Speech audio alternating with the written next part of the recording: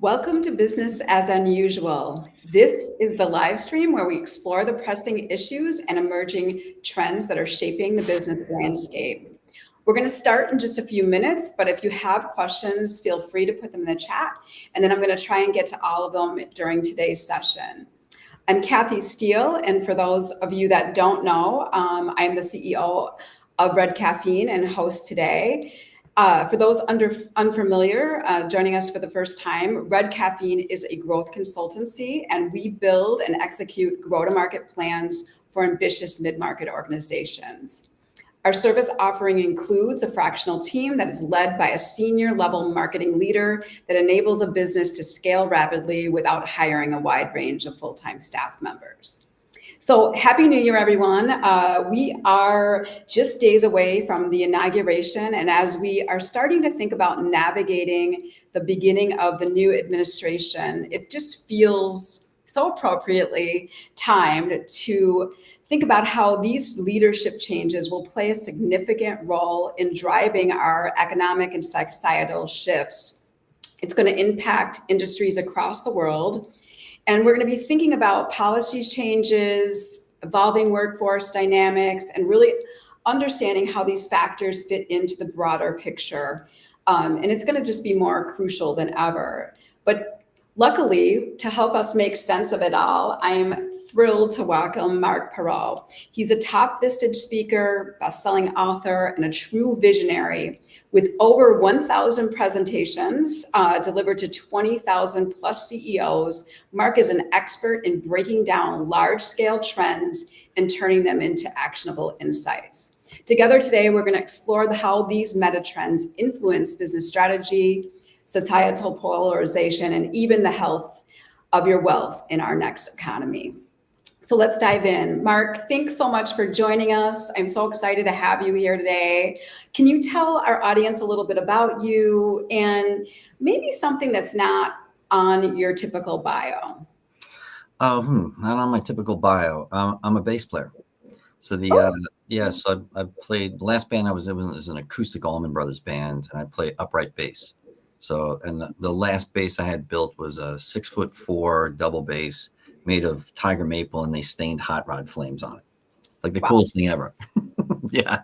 In fact, when I first got it, there's kind of a safe place in the world of Vistage or the private middle markets. There's a few safe spaces for the leaders. One of them is like a Vistage meeting or a peer advisory board meeting. And I just had the thing built, had it, strung it, plucked it once, took a picture of it, jumped in the car and drove to Pennsylvania. And one of the safe places where you can show off an extravagant gift to yourself that either your spouse doesn't find out about or your employees don't, so no one asks you for raises, is at a Vistage meeting. So I'm showing the bass to the first guy, and the guy goes, "Wow, you got to show that to Christian Martin." Now, I don't know if you know who Christian Martin is, but he's Christian Martin the Sixth. At the time, he was the leader of Christian Martin Guitars, which is considered the American Stradivarius. The two guitarists in my band were both playing combined value Martin guitars was $20,000. So so I'm sitting back, I look at the first guy and I go, yeah, I'll show it to Christian Martin. Like next time I'm hanging out with him, like what, like an odd reference, I'll show it to Eric Clapton too when I'm hanging out with him. It was weird, right? So the second guy leans over his shoulder and goes, "No, you got to show it to Christian Martin." I go, "What gives?" He goes, "Right there. This was Christian Martin's Vistage group." He walks up to me at the end of the presentation and he goes, "Are you into barter?" I said, "I'm not into barter for anyone but you. What do you got?" So he said, "How about you come to Nazareth, Pennsylvania, teach what you have to teach to my C-levels, and I'll make you a guitar." So I said, "Okie dokie." Sure, right? I think I was standing on the accelerator driving back. It went awesome. The whole presentation went great. And what it was, he recognized he had to pivot.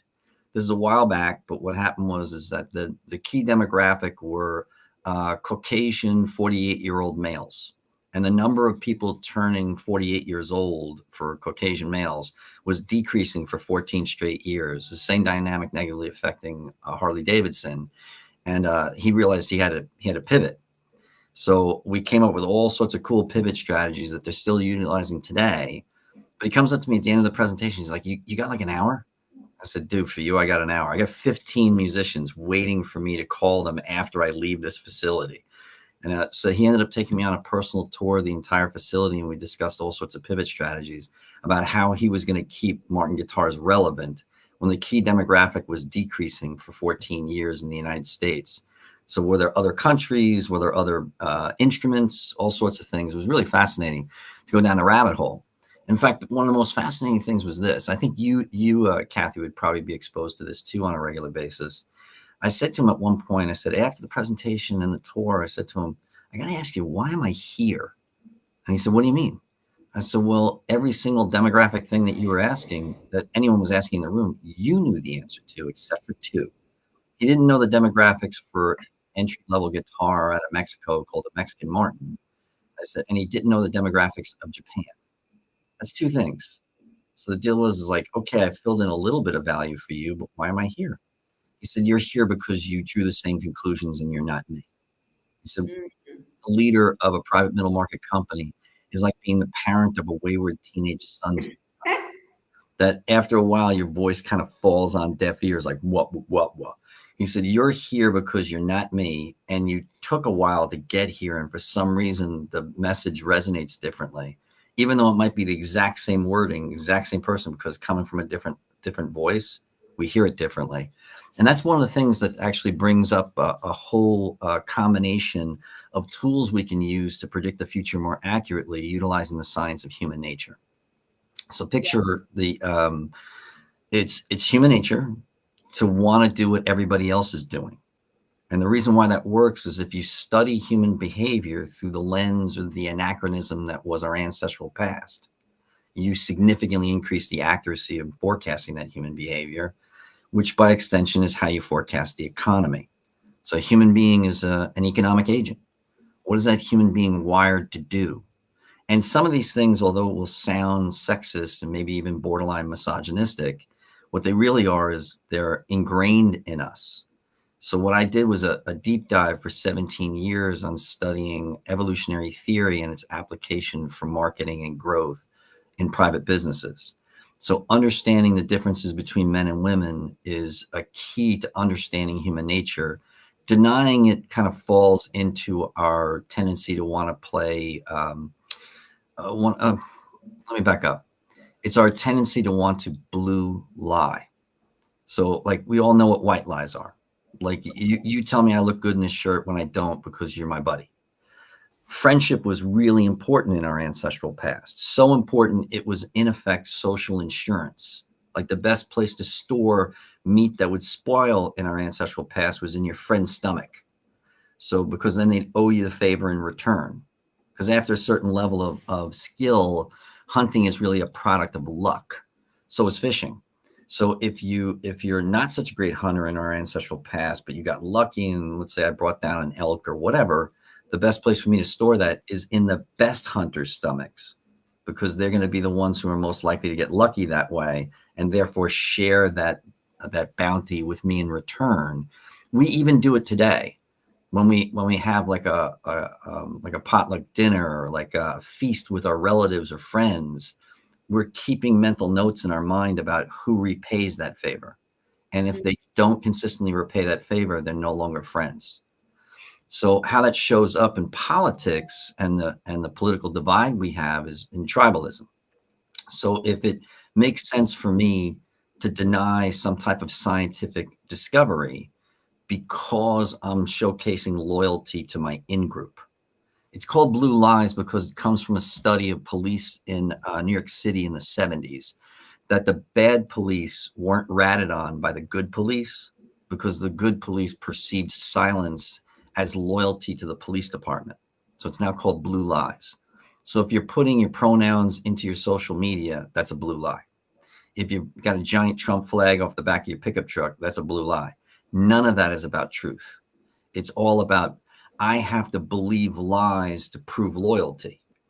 Well, the pernicious part of that is the wackier the lie, the wackier the belief in the wackier lie produces more loyalty.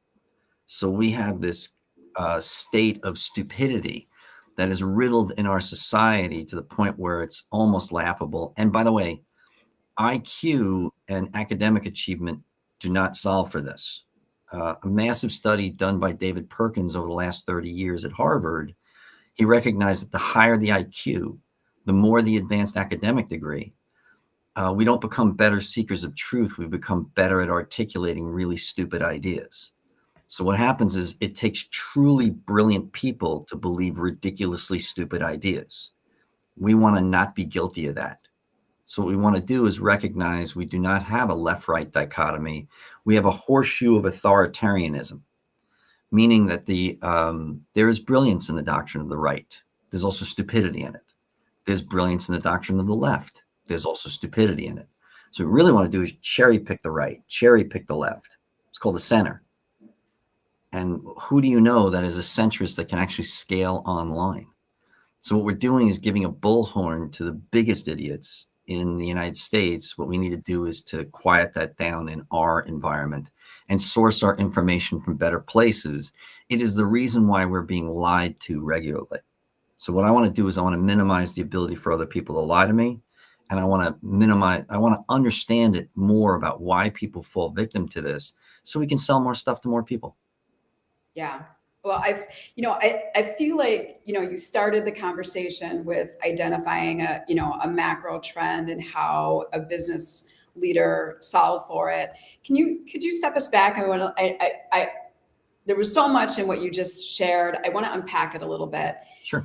So meta trends, can you just give an overarching, kind of definition of what meta trends are? And then if you could draw some parallels similarly to what you did with the Martin store. I love that idea. Well, I like that, Kathy, because that's actually something I'm working on in my presentation. Despite doing 1,000 of these, I still need to work on this because stuff that seems obvious to me is not obvious to other people. And am I as clear as I can be? I've been euphemistically accused of being an extemporaneous thinker. So I think that means that I have ADD. But the deal is though, so connecting it all back. So what I do in my presentation is I teach CEOs and C-levels of private middle market companies what are meta trends, and then how it all ties back to increasing the overall valuation of your company. Right. So how do we increase the durability and sustainability of the revenue stream? Part of it is by not believing lies. So part of that means is like, okay, where can we source information? So what is a meta trend is a metamorphic trend. These are trends that have the capability of changing the future. If we understand what they are, well, then what happens is we don't fall victim to it. So the first thing we need to recognize is Fox News and MSNBC have to lie to us. So they cannot afford to tell us the truth because the truth is boring and complicated. So when people come up to me with very, very strong political convictions, I question their IQ. Because if you're truly studying something as best you possibly can, you recognize the truth is boring and complicated. So in my presentation, I bore the hell out of people. I teach them just how boring human beings really are. Those are meta trends. Those are trends that are so big, they're transformational to business, but they're not going to change anytime soon. And some of it is alarming. So the first thing we have to agree to is to be unoffendable. This is the first of the tips that I have for people.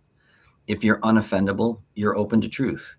If you're easily offended, you're an idiot and you're headed for a fall. And frankly, all those people you're helping them with their growth strategy, you add up the average. Now, I've been studying the private middle markets for 17 years now.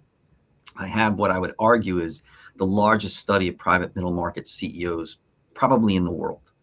I beat Ohio State at their own game. I beat Vistage at their own game. And I combined their studies with my studies. So just to kind of understand what's normal in this very abnormal world. So the first thing we need to do is recognize if you're unoffendable, you're open to truth. So, and then recognize, okay, human beings are really quite boring. Now, the dilemma of that is we don't want to think that about ourselves. We want to think we're sexy and unique when we're actually really boring. Like, so suffice to say, the day we buy a minivan is the day even our car insurance company knows we don't look good naked anymore. It's kind of that's how life goes.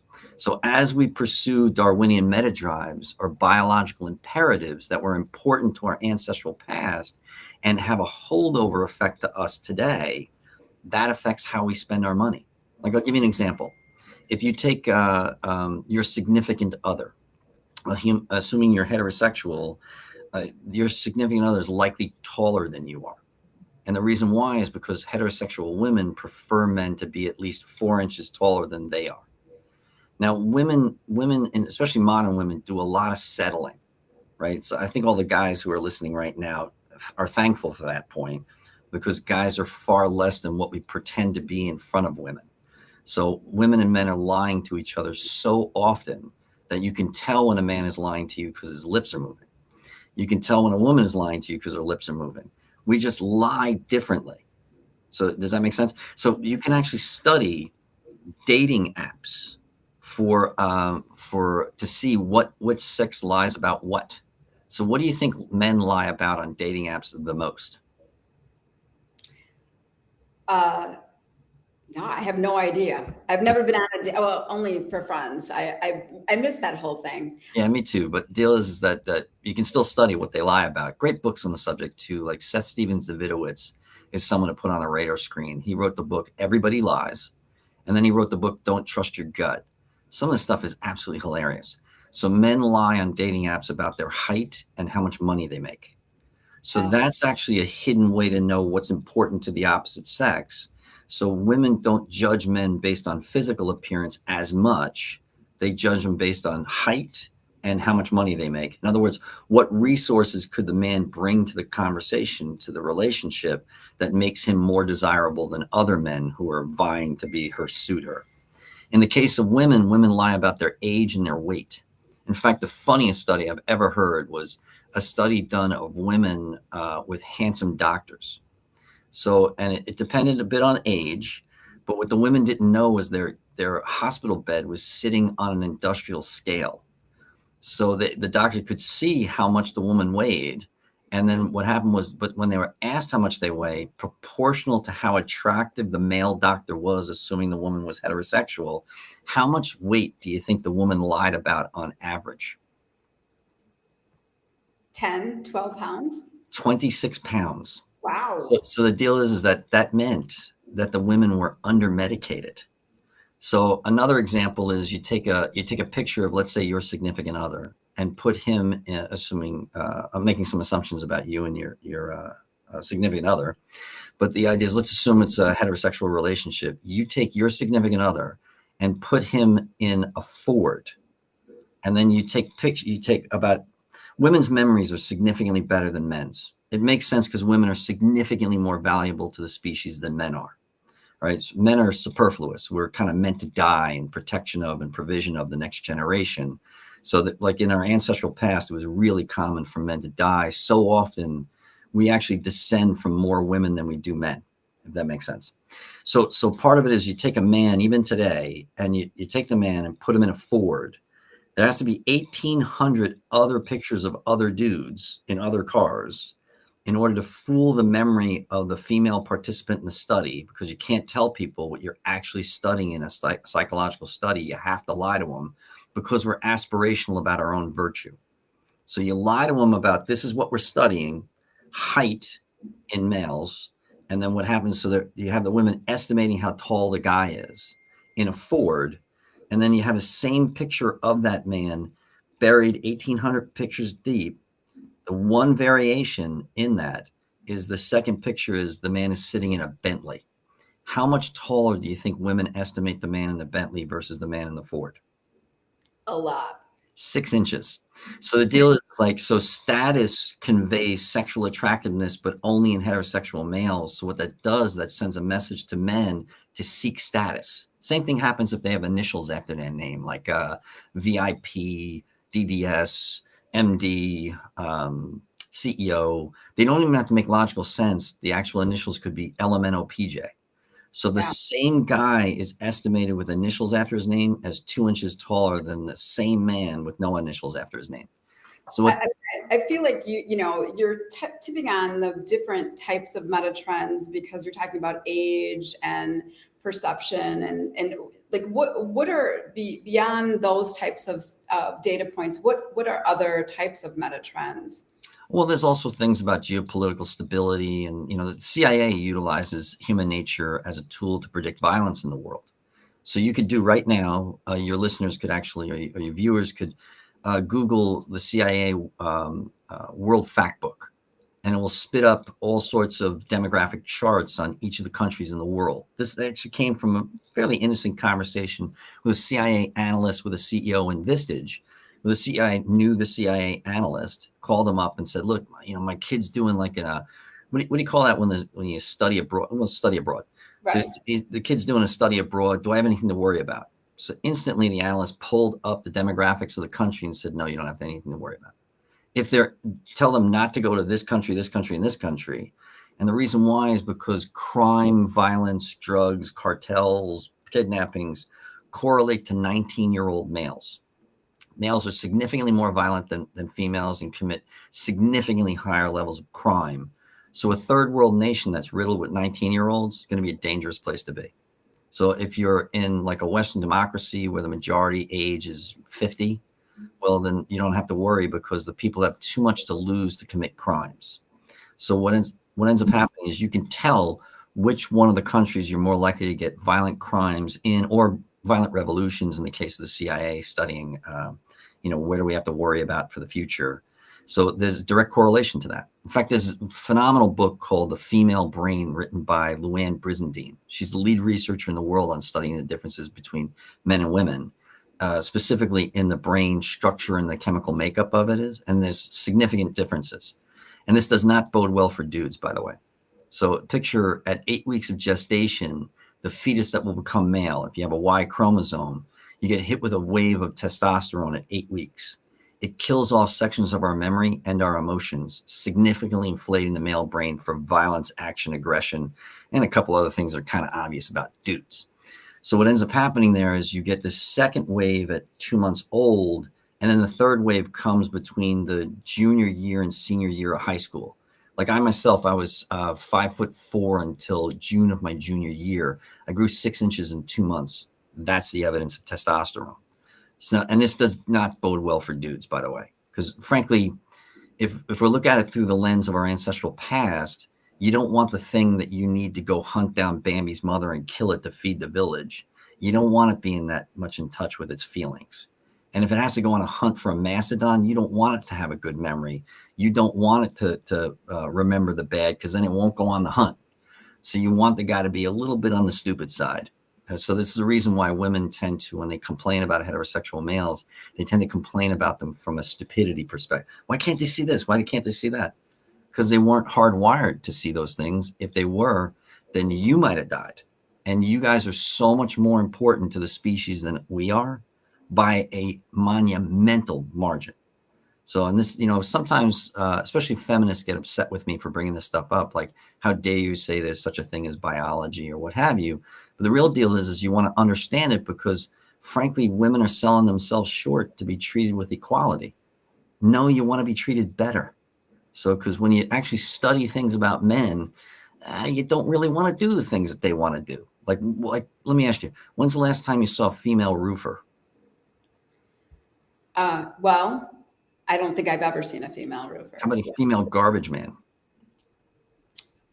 I wouldn't know, but I definitely am seeing a lot more females in manufacturing. So I want to kind of rein you in a little bit here. You're talking about a lot of different data points. I think the context we're trying to drive to is that these pieces of information have real value in organizational leadership. And how do we take this vast amount of information that historically is out there about economies, about marketplaces, and really bring them back to useful tools in terms of how we think about our business. I know, demographics play a huge role on market focus. And so I'd love you to sort of take us down a notch and start to draw some parallels for how this really builds valuation in an organization's business. Okay, so how about I do this? How about I give you a case study in Chicago, like right in your neck of the woods?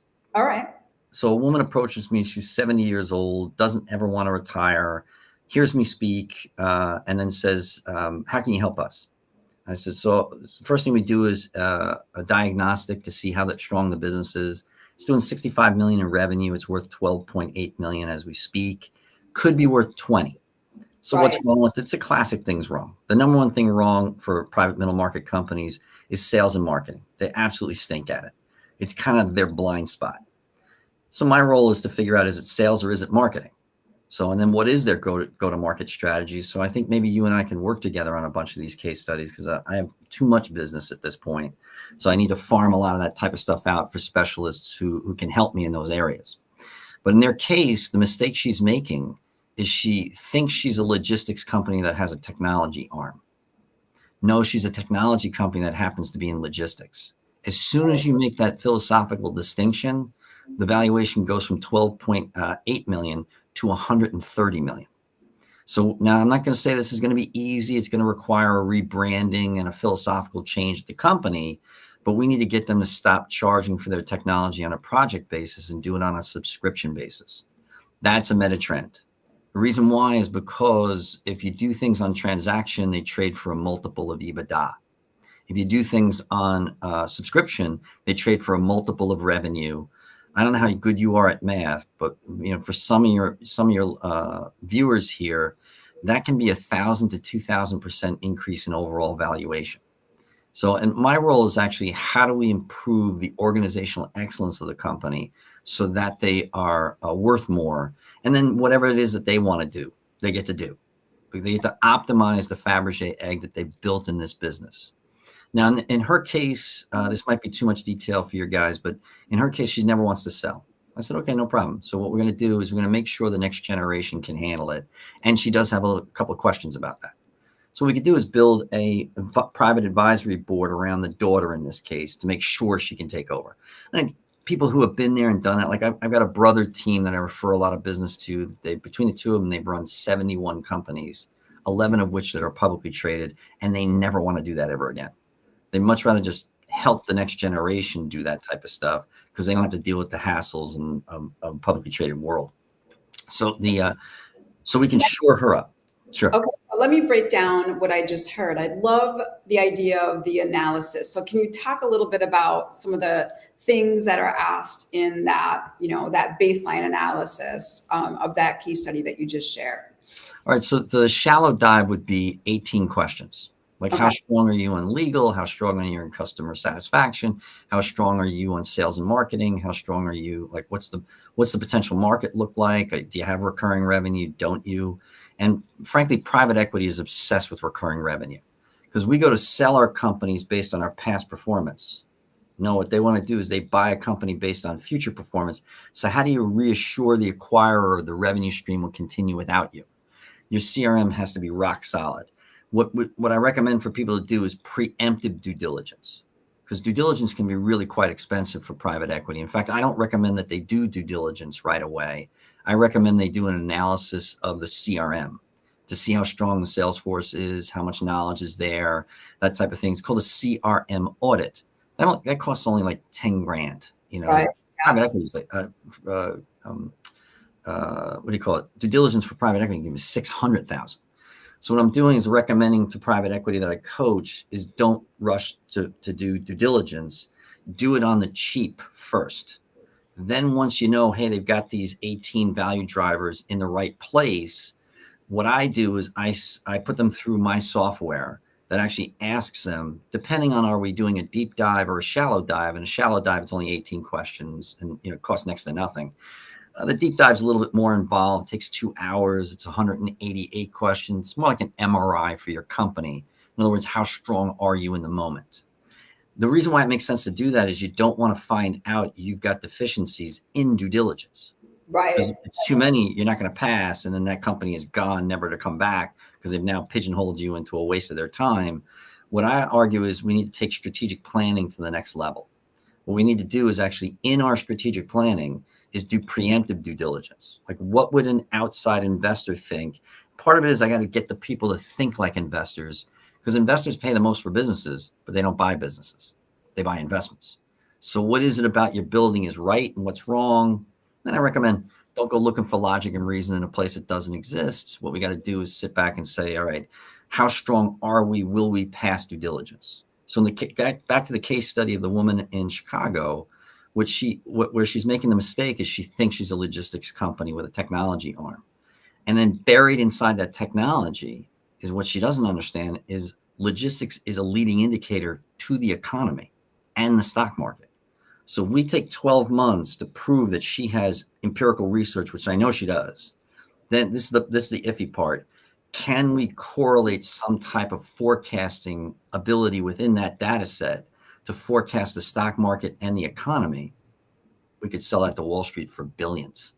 So what we're talking about here is taking a $12.8 million company and making it worth billions just with some subtle changes in understanding meta trends and how it affects our valuation.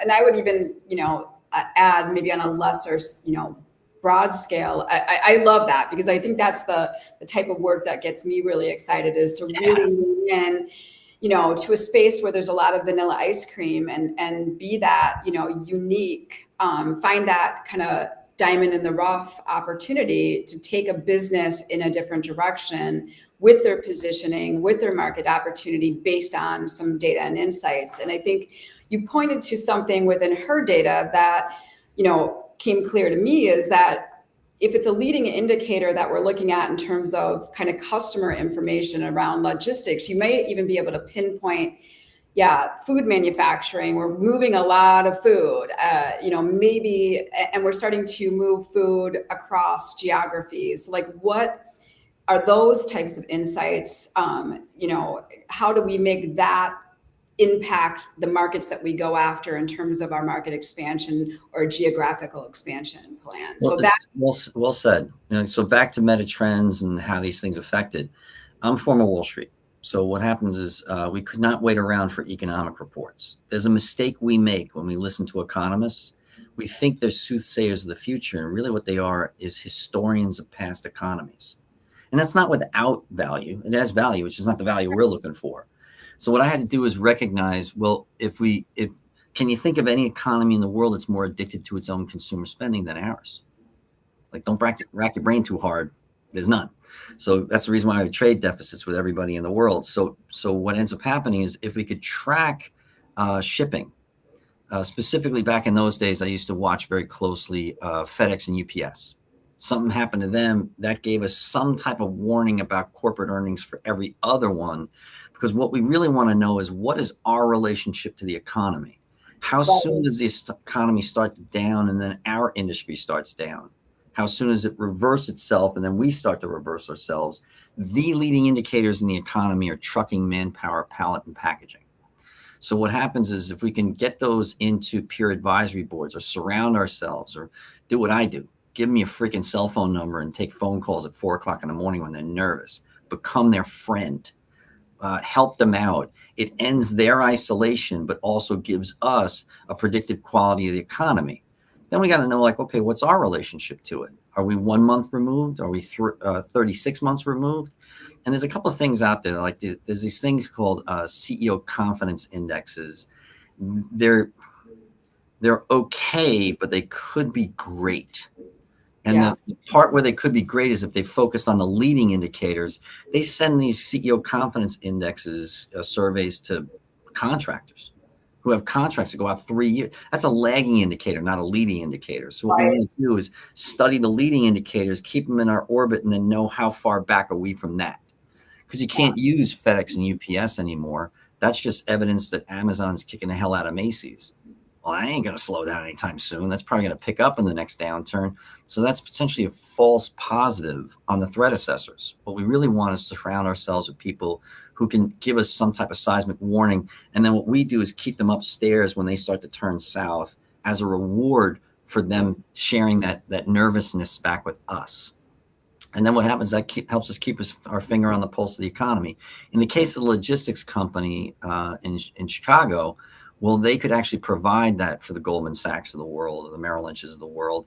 And I'm not so sure the Merrill Lynch's of the world and the Goldman Sachs know what I just told you.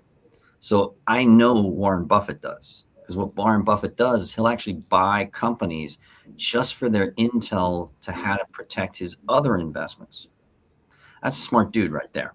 So the idea here is, like, what I want to do is surround each of the private middle market companies with as much seismic warning as possible, and then challenge them to stop being doers. So the biggest thing I see wrong that they do is they surrender strategy to the sales force, which is a gigantic mistake. Sales forces are not strategic. They're not visionaries. We have to coach that into them.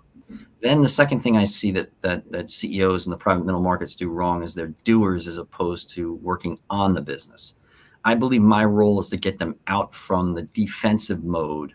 And I have a series of exercises I walk them through. I don't know we're going to have time to do that for today, but the deal is I'll walk them through some practical advice things. Because the downside of listening to somebody like me is it's very big picture stuff. It's how do you apply it? So one of the things I recommend is to go on a long vacation. Take with you a legal pad. And what you do is you're going on an uncomfortably long vacation. So if you normally go away for 2 weeks, go away for a month and see what your office is calling you about. And then write that down on a legal pad and take that back to some type of way of being held accountable. What you want to do is you want to be taken out to the woodshed and slapped around out of love so you never tolerate that from ever happening again. You need to make the company need you for nothing. Because the first thing we're looking for in due diligence is what's the dependency upon you. And if whatever's on that sheet of paper is direct evidence that your company's worth nothing. So what happens is that's the first step. Then we figure out a delegation process. That's the second exercise I have.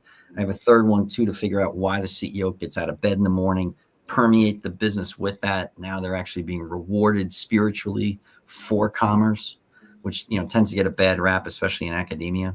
But the idea now is what happens is we've gotten them out of defense. Now we go on offense. This is probably the most important thing that we're discussing on this call right now. More companies will change hands in the next 15 years than ever before in American history. It is a massive opportunity for someone with less gray hair than me. So the idea is if you have less gray hair than me, you're going to be able to help these people retire by buying their companies as an asset purchase. Then what you're doing is selling yours as a stock.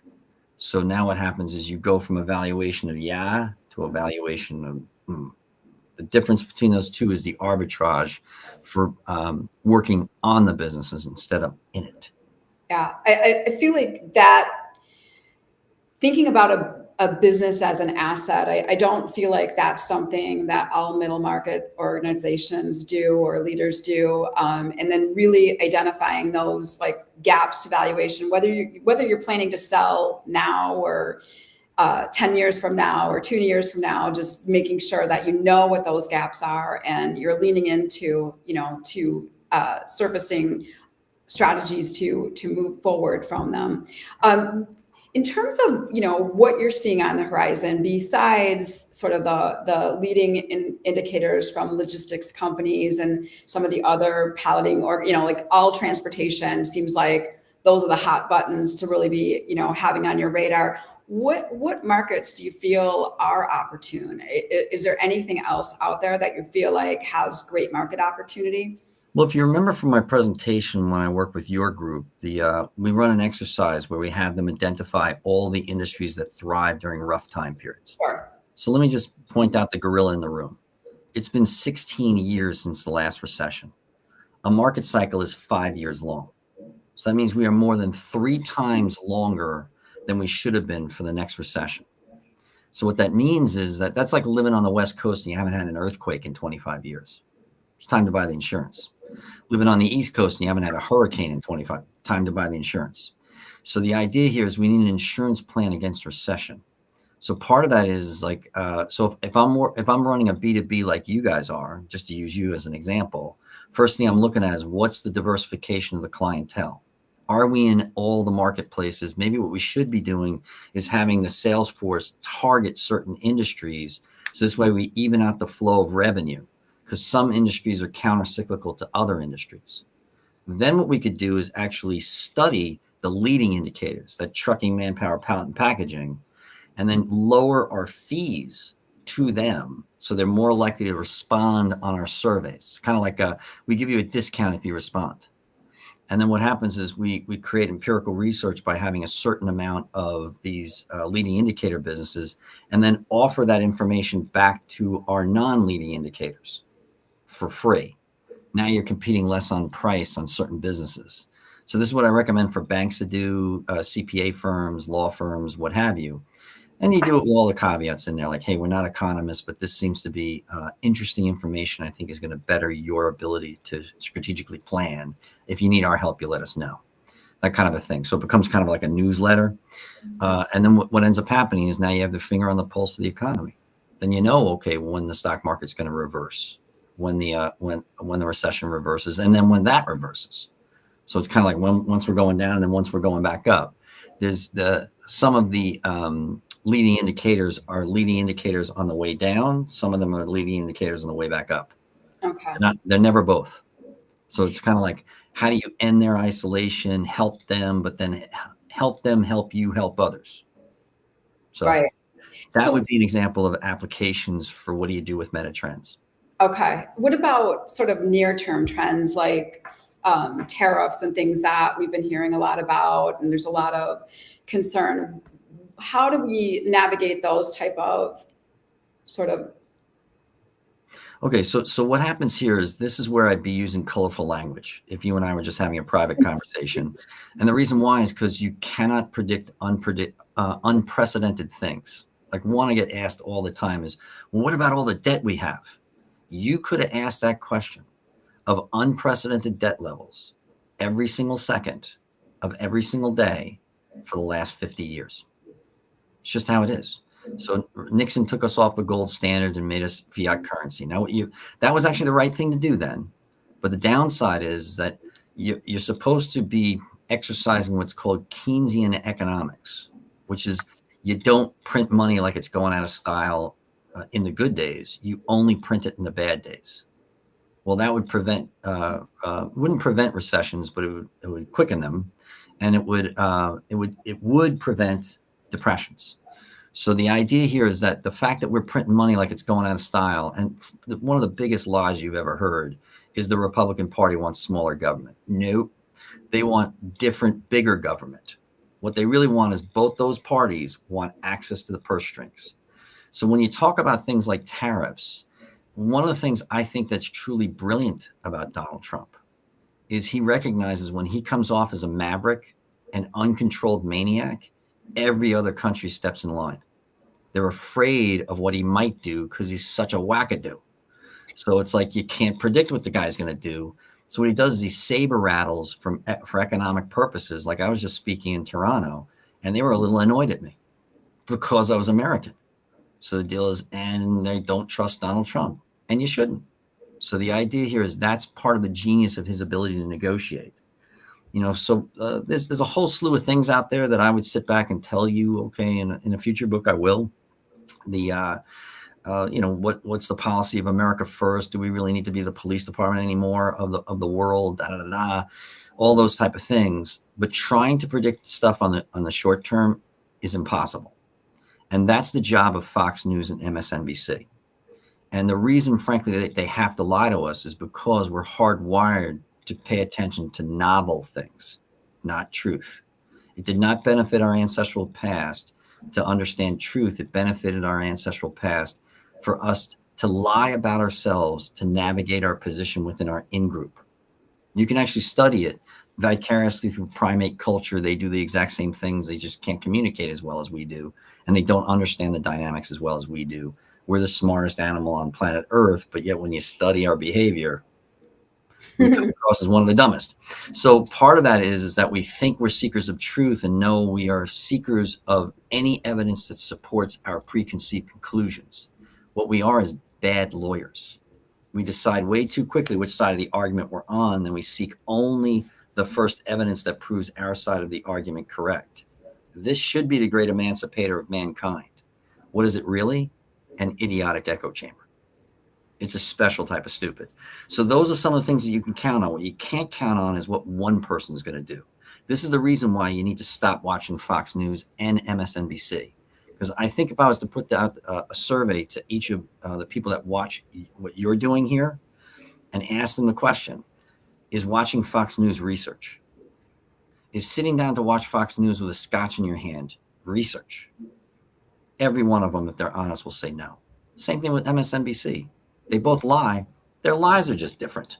So I've had people say to me, oh, I get the truth. I said, okay, how do you do that? They said, well, I watch both MSNBC and Fox News. I'm like, okay, so their lies plus their lies equal the truth. So is there a source of truth then in your? Absolutely, but it's boring. So the deal is like, I know it for a fact because I had a radio show and we produced it and we had like no listeners because people don't want to hear the truth. They want to be lied to, and they want to be lied to the way they want to be lied to. And the idea is it's really quite annoying. So my argument is simply this. How many employees do you have, Kathy? About 25. Okay, so let's just say it's 25. So you got 25 people counting on you making excellent decisions, yes? Yes. All right, so how do you make better decisions is to recognize we're idiots. The critical finger has to point in the right direction. We are naturally stupid. So what we have to do is spend more time in investigation mode than we normally would. We jump to prosecution mode too quickly. This is the reason why when people are certain about their opinions, I question their IQ. When they're have really strong political convictions, I question their IQ. It's kind of like watching a tennis match and rooting for one side, and then but without a referee, and then everything you see that happens wrong to your side, and then you see everything that's happening as right. You cannot be honest about your own team. I know this for a fact because I'm a New York Jet fan. So the whole idea that I'm smart and you should listen to me just went out the freaking window. They have stunk. They have redefined suck for a football team for generations. Like there's one head coaching candidate right now that has more 12-win seasons than the entire Jets history, and they won't interview the guy. So the deal is like it's a clown show. It's a clown car. So when I watch the game, I'm looking at it from a perspective. I can't even separate myself out from this. I'm legendary for throwing remotes against the wall, and I know how all the psychological manipulation works, and it still works on me.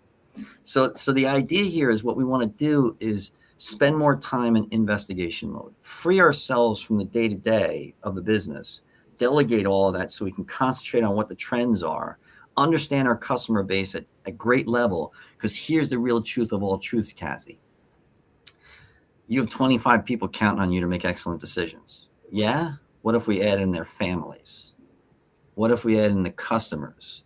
What if we add in the vendors? What if we add in your customers' customers? How many people you got counting on you to make excellent decisions? So what we got to do is first, the practical thing is point the critical finger in the right direction, squarely at ourselves. Where am I about to be a freaking idiot again? So the idea here is how do we minimize that? That's the first of all the practical advice that I would implement in any business, because the meta trends are working against us. Yeah, I feel it, it's sort of interesting. I felt one of the biggest aha moments, and you talked about this a little bit earlier, was around age and aging populations and sort of that shift of power. So you talked about, is the US even capable of, and should we be capable of being the superpower, so to speak, long term? Are we capable when we don't have the demographics, the younger kind of workforce coming into play? Is globalization going to be a opportunity for all organizations? Well, there's a couple of people out there that would disagree with me, right? So that there are economists out there, and there's an author out there named Peter Zion. So he wrote the book, The End of the World is Just the Beginning. And he is spot on accurate in virtually everything except for one thing in his book. What he argues is we're experiencing population collapse. Like, this is one of the questions I want to ask climate scientists, because you can't sit back and look at anthropogenic global warming and deny it. It exists. But is it going to be as bad as people claim it's going to be? And the reason why is because we suffer from flatline projecting. So the argument that I have is we're going to experience, let me just put this in perspective. We're going to lose 700 million Chinese people in the next 20 years because they're going to die of natural causes. That means they're going to have their population. It's even worse in South Korea. It's worse in Taiwan. It's almost as bad in Russia. Russia's going to lose 100 million people. That's more than half their population. So are they really the threat they're being painted out to be? One of the first things we need to do is stop listening to journalists. Do not have your news curated for you. Go to the source of information. They're called PhDs. I would start with Steven Pinker. So Steven Pinker is probably the smartest man alive today. He's written 13 bestsellers. I haven't just read his books. I've read one of his books 7 times, and I've rewritten it longhand and pen 5 times. That's how juicy that book is. It's called How the Mind Works. If you read that book and really understand it, you'll understand yourself better, your spouse better, your kids better, your employees better, and your customers better. You'll be able to sell more stuff to more people. So then we sit back and go, okay, is America really the superpower? Should it be? So this came from a conversation that I had vicariously through my son's friend. My son, who actually helped me write my first 2 books, by the way, went into college as a published author. So he's a history major. Boy, can he debate. Like, he loves to just sit down and just hammer me with everything he possibly can. And then we come out with better solutions as a result, because I don't take him at face value. He doesn't take me at face value. It's freaking awesome. But one of his friends said, well, Scandinavian socialism is better than American capitalism. I said, well, he has a problem. He has the problem of the Navy. And he said, what do you mean? I said, you're comparing apples to oranges. We're their Navy. We control every trade route in the world. If we pulled the Navy back just to the United States waters, you would see a 20% depression in virtually every country in the world except for a handful. Us, Canada, Mexico, what have you. And we wouldn't really be negatively affected by it. In fact, we'd be positively affected by it. So the real question is, should we still be the police of the world? So in my most recent book, it's called You're Gonna Die Unless You Buy This Book. I have 4 chapters dedicated to geopolitical stability based on demographics. So we have this gigantic population collapse. Is it going to collapse here? The answer is no. And the reason why is because if someone in your orbit complains about the United States or says terrible things about it, it means they're historically ignorant and they're statistically illiterate. These are not people you want to listen to. These are people you want to challenge, but maybe politely, especially if they're related to you over Thanksgiving dinner. So what happens is that we're going to see population collapse in all these other countries, which means we're not going to lose credibility with the U.S. currency. They'll be too busy losing the faith in their own currency. Kind of makes us the leper with the most fingers. How about that? Then what you do is you look at how do people vote when they don't live in the country that they're moving to. They vote with their feet. Where do they want to go? Everybody wants to come here. So, oh yeah, every place else is better. No, we're comparing us to perfection in your mind. Who the hell do you think you are? What you really have to do is sit back and look at what do people do when they vote with their feet. They come here. So I don't believe that we're going to be negatively affected by this. The real question is, I know someone's going to come out with this. Now, I'm not necessarily saying I'm a proponent of it. I'm saying I want to analyze it in a future book so I can see, okay, where would the shortcomings come from? What if we just pulled in the Navy, maybe sold it to the other countries? What we do is we pull back and we don't control every trade route anymore. Do we really need to still do so? The dilemma I'm running into is that when I turn to CIA analysts about this, they're hardwired to continue the status quo. So are almost every proponent that you've ever listened to. Every talking head wants the same. How do we stay the same? I'm sitting back going, well, what if you just said, do we really need to do that anymore? And then analyze what would be the negative. How soon would we be independent from every single source of production everywhere else in the world? A week, 6 months? And then how much money would that save us? Because what we are doing right now, Kathy, is we are spending money as a country as if we don't love our grandchildren. So my son, back to the question is, should we still do this anymore? I'm not so sure, but I'm willing to go down a rabbit hole with anybody who wants to debate me on this, because I want to know, like, what is some element that we don't have in the United States or in, let's say, North America? Because if we pulled back our Navy and just protected our own waters, Mexico and Canada would be safe. And we could just create our own trade front and forget the rest of the world. Let them beat the hell out of each other on other things and stop hating us, because we're not going to be interfering with them anymore. So what would be the negative? Would it be like a negative for the CIA? Well, is that a negative for us? Would it be a negative for us economically? I'm not so sure. And I'm willing to have a conversation. I'm not saying I know. I'm saying I'm starting that analysis next. But when I look at it and say, okay, can anyone stand up to our Navy? The answer is hell to the no. Like Jerry Jones has a bigger aircraft carrier than virtually every other Navy in the world.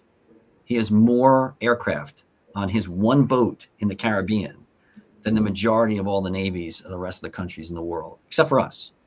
We have enough firepower in one fleet carrier. One of our fleet carriers can be parked off of any country in the world and level their capital within weeks. That's how much ordnance is in these fleet carrier groups. We could dismantle other governments through what would you call it, brutality, like that. And we have 11 such carrier groups. There are only 11 in the world. That means we could actually simultaneously run 11 wars and win. Wow. Do we really need to be that strong? So the deal is, I'm not so sure. So am I worried about other countries? Am I worried about, China invading Taiwan? No. So I'm more worried about China buying Taiwan. So because the rumor has it that they already own 35% of the Taiwanese parliament. I can see something like that happening. So part of this is how do you take the meta trends and start to analyze them from a geopolitical stability perspective, then analyze them from a customer perspective, then analyze them from your own company perspective. And then lastly, it's how can we improve the organizational excellence of the company, significantly improving not only the valuation, but the durability and sustainability of the revenue stream. It's frankly, I would argue, your way and my way of leaving the American economy better off for having existed. So Wow. if you're ever standing over my grave, I want my headstone to read, he helped the few protect the many. That's the position that you're in. That's the position that your audience is in. Do they understand that? Can they articulate that on some level that frankly, where they're kicking so much ass, their foot hurts? That's what I want. So and I had open heart surgery 2 years ago and I almost died. It was a genetic flaw to my heart. It wasn't like clogged arteries or anything like that. So, but I almost died. And now I am unbelievably motivated to write as many books as I possibly can because I recognize how short all of this really is for any one of us. How do we expand our views so that we leave the world a better place? And for some reason, that seems to be resonating with my audiences. That warms my heart. Well, I know we're getting close to time, Mark. I figured this would be a very unique conversation. I think you've talked about so many things today. We probably could have gone on for a few hours. I so appreciate you being our guest and just giving us something to think about. I really value curiosity. I value learning new things, and I felt like what I heard from you at my Vistage group was impressive. So thank you so much. If anybody that has attended today's live stream would love to talk to Mark a little bit more, this is how you can get a hold of him. And please put business as unusual in the subject line so he knows that you came from our live stream today or on one of the reruns. Next up for us, I wanted to just, first of all, give a nod to our long-term partners and sponsors, M3 Learning and HR Source. We're really excited to have them again this year, and we'll be bringing them on to bring value to our audience. And then next up in February, it's going to be a completely different topic, but we're going to be right around spring training kickoff. So are you a baseball fan too, Mark? Well, at this stage of my life, I can only be one sport fan, unfortunately. Okay. Well, I am a long-term baseball fan, long-standing baseball fan, and a Cubs fan. And so, what we're going to talk to our attendees about is how Sloan Valve has really leveraged innovation in their growth strategy. So they have a 10-year partnership with the Cubs and have been able to bring a very unique product to the minds of the marketplace by positioning themselves with sports marketing. And we'll talk a little bit about that. We'll talk a little bit about what it's like to run an almost 120-year-old organization. And we'll talk a little bit about their approach to globalization. I'm really excited to have Kirk Allen, one of the family owners of Sloan Valve, be our guest on February 13th. So be sure to join us for that conversation. And with that, thank you so much, Mark. I really appreciated all of the really interesting, thought-provoking information you brought to our audience today. And I hope, people took away some ideas and innovative approaches to thinking about their business and building valuation in their organization. If you've got any questions about how to integrate innovative thinking in your growth plan, feel free to reach out to any of us at Red Caffeine. And with that, we'll close out and say continue to bring the unusual. Thanks again, Mark, for being our guest. That's awesome. If I could extend an invitation for you to be on my podcast too. It's Metatrends in the Next Economy. I would love it. Thank you. Thanks so much.